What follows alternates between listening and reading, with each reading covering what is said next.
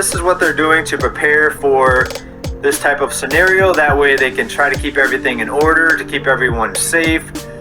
Other people may say, why are they preparing for this? Do they see something on the horizon? Is something going to happen? And also there's other people out there that will say the central banks need an excuse to pop these bubbles. They can't just raise interest rates. Everyone will notice and they'll know exactly who to blame. They can't just pull back the stimulus, the QE, all the support, all the financial stimulus. Everyone will notice. They'll know who to blame. So there are people out there that'll tell you that there's a planned outage. That way they can bring this economy down, and they can just blame some anonymous hacker that no one has the ability to know about or see or prove. All right? I'm not telling you I believe this. Now, another article out of NASDAQ says the following. Same headline, 10 countries simulate the cyber attack on the financial system. But it gives us a warning. Quote, attackers are 10 steps ahead of the defender. And that's Michael Weiss, the financial cyber manager at Israel's finance ministry. And listen to this next part right here. Quote, the banks are appealing for emergency liquidity assistance in a multitude of currencies to put a halt to the chaos as counterparties withdraw their funds and limit access to liquidity, leaving the banks in disarray and ruin. That is a quote. So they're preparing for chaos, or what they're telling us is they're preparing to get emergency measures in line to avoid chaos and disarray and ruin. And this article continues, still out of NASDAQ here, quote, as soon as the supply of money were hampered, at least in the European Union, we would probably have an emergency meeting on the same day, adding that he would immediately reach out to counterparts across Europe and the United States. So the language that's being used here, having an emergency meeting on the same day, lets us know that they would also see chaos erupt in just a very short amount of time, just a few days. They would have an emergency meeting on the same day is what they're telling us.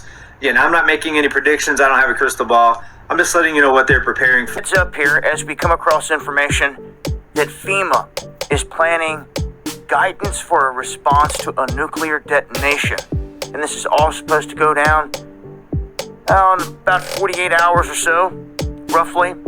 3 p.m. January 6th. This is going to go into motion. I figured we would point this out, seeming that so many events have gone live in the past, or right at the end of the event, a real event will pop off. We've seen this all too many times.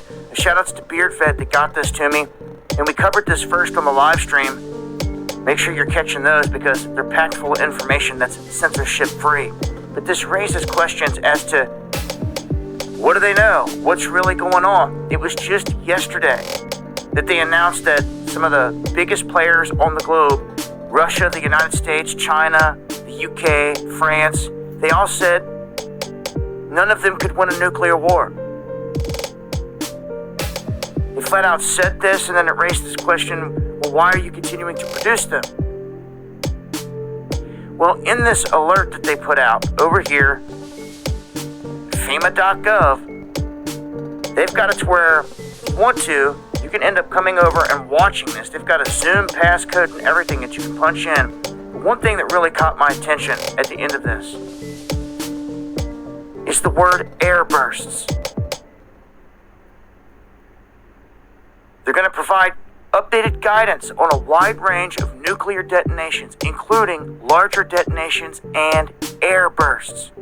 So for a bunch of countries that just came out and admitted that no one could win a nuclear war because of the tit for tat, China, out of all of them, said, we only need one shot. What is one shot? How can you take down a country with one shot? In an air burst. An EMP. Heads up. I learned things that no one is talking about. Things that can change my life, your life, and the lives of everyone you know forever. I started thinking about how fragile life is and how ill-prepared we are for this. The story I'm about to tell you is about the vulnerability of America's power system, our grid. And it's also about a series of forces and individuals who, instead of doing the right thing for you and me, are interfering with the ability to protect our way of life. Who of us could ever envision a 9/11 happening? But the difference between 9/11 and what I'm about to tell you is that we know this can happen. The question is not will it happen, but when will it happen? But Washington is doing little, if anything, to prevent it. And the consequences, those consequences would be 1,000,000 times worse than 9/11. One day you're enjoying the comforts of life. The next, everything is different. Civilization as you know it is gone. The death toll would be staggering. Even a blue ribbon congressional commission predicted a major catastrophe with mass American fatalities. And government studies prove an electromagnetic pulse would destroy all electronics and transform our everything, anything, with an on-off switch. Your hot water heater, your refrigerator, your dialysis machine. Hospitals closed, grocery shelves empty. Most of the food you have at home spoiled.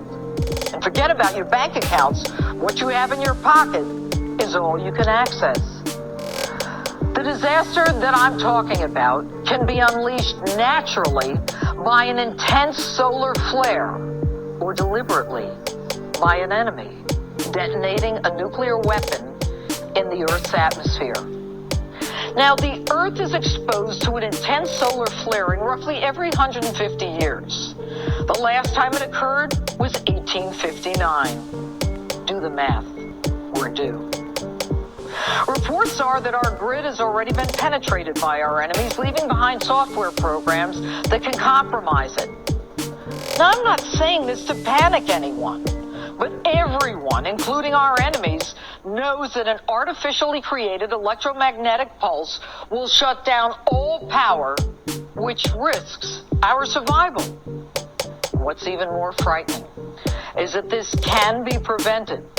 But as with most problems, greed, self-interest, and politicians who care more about their next election than the American people, and a total lack of leadership interfere with your safety.